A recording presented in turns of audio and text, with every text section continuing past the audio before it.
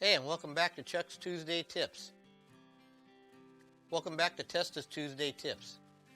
Today we're going to do another quick ear liner video. This time, after I did my video on the deer ears or rotating ear, I had some people write in and say, could you do a predator ear video? And I said, no problem. It's similar yet different at the same time. The similarity is that all the muscle is in the front, just like on a rotating ear, but they have a muscle up here called the Schulin muscle, or as Stassi likes to say, the Schulin muscle. That is a thin membrane that comes in and attaches over here and thins out. And if you pay attention when you skin your predator heads, you'll see that muscle in there. So they really can't rotate the same way. If you really look at a cat, when they pin their ears, well, this is a fox, we'll get a cat. When they pin their ears, they really kind of bend them like that. You know, they don't really rotate all the way back. But what I have here, I have a fox or coyote, whatever this is. I think this is a red fox, a bobcat, and a bear. And I have all three of these just to show you the similarities. You know, now a boar, even though that's an omnivore, a wild boar still has a rotating ear, but not the bear. And a lot of people put their bear ears in backwards. It's real common for some reason, because when you look at it, it kind of looks like, you know, it's real easy to get confused.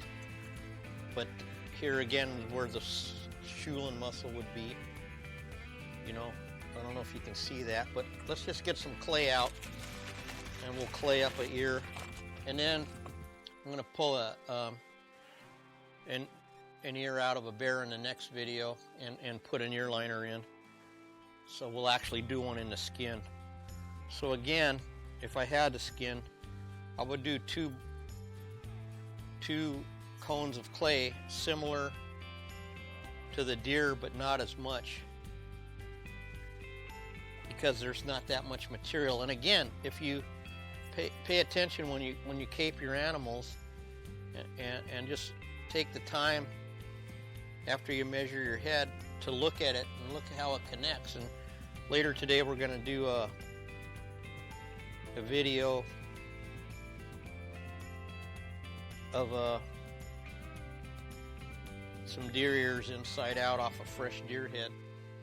So basically, you know, this is how it looks on the animal. And again, we would put a little bit of smoothing clay back here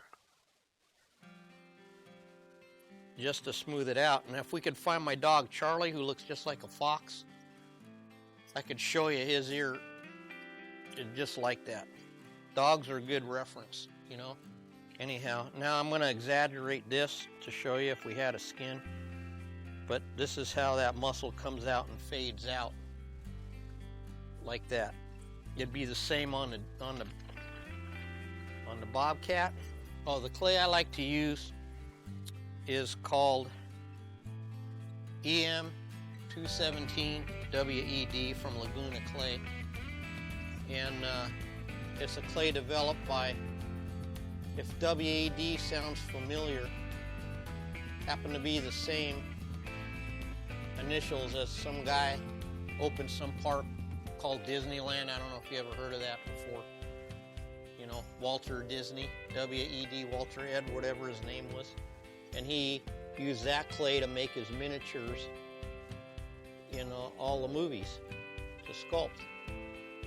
And I really like it.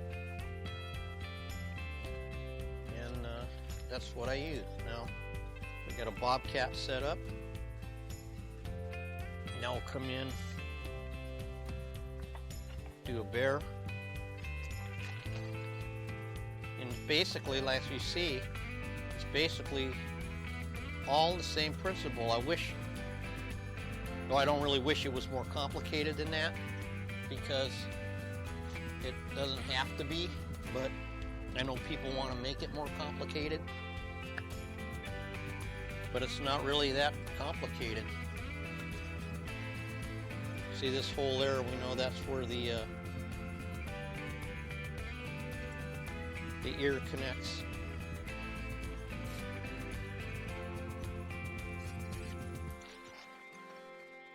So, and again, basically, like I said in my videos, a lot of this clay is what I call blending or smoothing clay.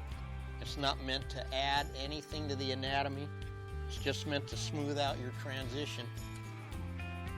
So, you know, there you go. Pick your poison, you know.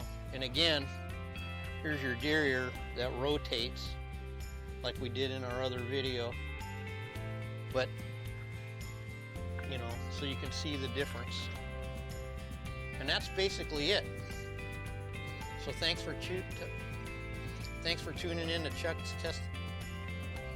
5 years I've been doing this. You know. Thanks for tuning in to Testa's Tuesday Tips, and we'll see you next Tuesday.